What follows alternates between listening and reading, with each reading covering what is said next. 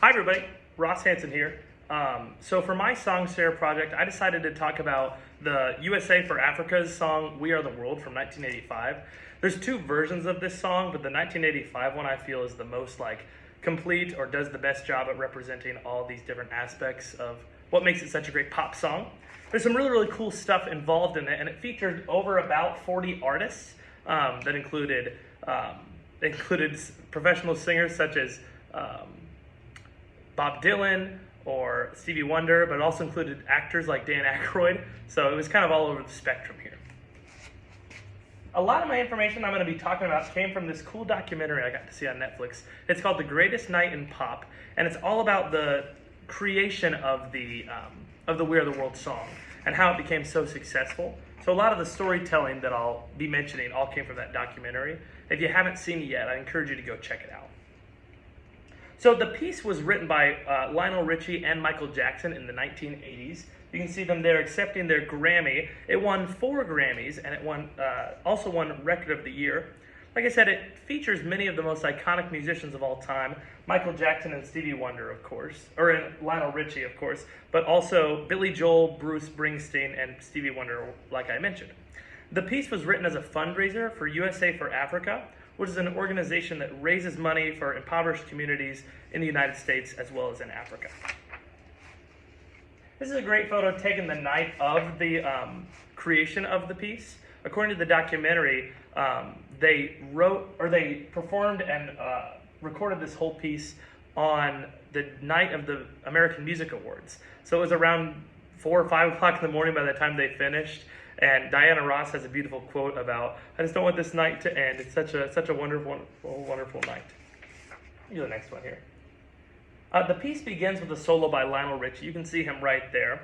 He is one of the songwriters. It's got this slow build that includes many other soloists, including Kenny Rogers and Tina Turner.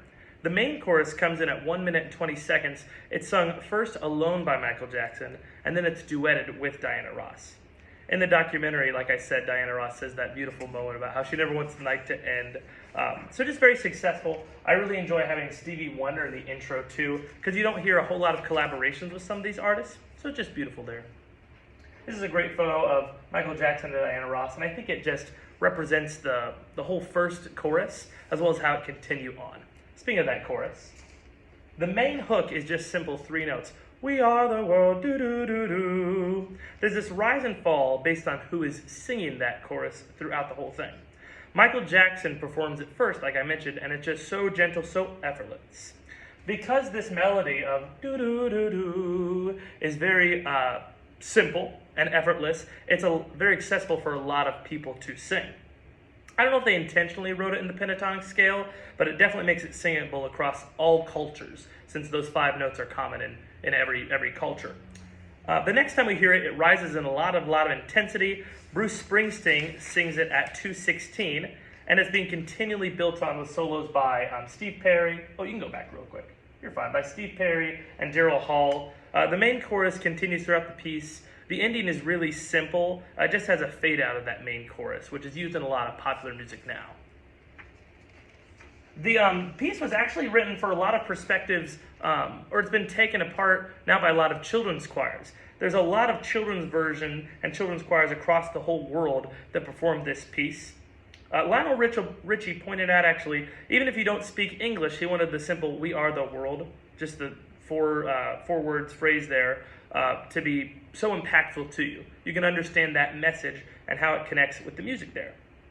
The lyrical message, there's a choice we're making. We're saving our own lives. It's true. We'll make a better day. Just you and me, is such a wonderful message. And I think that's what separates pop music from other music, is that the connection to the lyrics. It's current. It can be applied to many different ways, or many different aspects in life and issues that might need work on. But that main chorus of the do-do-do-do, fitting with me, "We are the world," is so simple enough, almost anyone can sing it here. The piece is overall pretty predictable. It's about a 6 or 7 minute piece, so it utilizes a long different solos throughout. The bridge comes in at 2:42, and this clip right here, this photo right here is taken directly from that bridge. Michael Jackson, Huey Lewis, and Cyndi Lauper all performed the bridge, which has this big intense sound. Actually, it almost sounds like Huey Lewis is screaming his part at one point throughout this. The bridge was unpredictable because you weren't expecting the different music. It's a very drastic change. You expected the chorus again. Or maybe you wanted another verse or another set of soloists, but this different bridge is a nice contrasting there. At 3:10, we hear the main chorus with the entire choir and the individuals are singing as one. One thing that they mentioned in the documentary was a big focus on unison singing, of we don't really want a whole lot of extra harmony because we don't want the message to get construed with the lyrics. We want, we are the world, do-do-do-do. So maybe just octaves was the only sort of harmony that they include in that. The high point of the song is at 3:10, and it follows a predictable rise up to it after that bridge. At 4:02, there's a nice key change that's expected with how the piece is working through modulation, but it's a nice choice made by Lionel Richie and Michael Jackson. Overall, the piece is pretty predictable in its repetitive nature, but it's easy to enhance the quality of the soloist. There's some funny stories about that bridge there, actually. It was written with Prince in mind at first, but they couldn't get Prince to come and perform the song with them. So that's how it turned out to have Huey Lewis way, way above his range singing it out there. Last thing I wanted to mention, with all these soloists here, the timbre of each artist is included so well in each of these. You hear each solo, it's only maybe half a solo, as I've heard before, but they still have the timbre of each artist there. In the documentary they mentioned, well, it feels like Bruce Springsteen's voice is broken glass because he's singing right off of his world tour there. Voices like Springsteen or Michael Jackson or Willie Nelson and Lionel Richie, polar opposite voices. You wouldn't expect those voices to work well at all. But somehow through this songwriting process, the music and voices worked so well together. Last couple of things I want to talk to you about is the process of writing a song and the template that they use, which is why I think it's so successful. Lionel Richie in the documentary I saw went through several different examples. He went through the national anthem, he went through Pomp and Circumstance, and he just would sing it to me and go, ba, ba, ba, ba. No, that's not the template I want. Ba, ba, ba, ba, ba. No, that's not the template I want. He finally went to ba, ba, ba, ba, ba, ba, ba, ba, which is kind of a similar thing to Star Wars, and he said, I want something with that feel, but in a happy, joyful way. And he ended up with choosing going back to the national anthem as kind of his initial template there. Another thing that helped in the songwriting is Bob Dylan recognizes he was not the biggest singer like Stevie Wonder or like Michael Jackson or Huey Lewis. So they had to modulate the key around to fit his voice right where it was supposed to be. So all these reasons are the biggest reasons I think this piece is the quintessential pop song, how it can feature so many artists that if you're a fan of R&B, if you're a fan of country music, if you're a fan of soul or jazz, there's so many different genres that you can connect to in this piece and artists you can understand.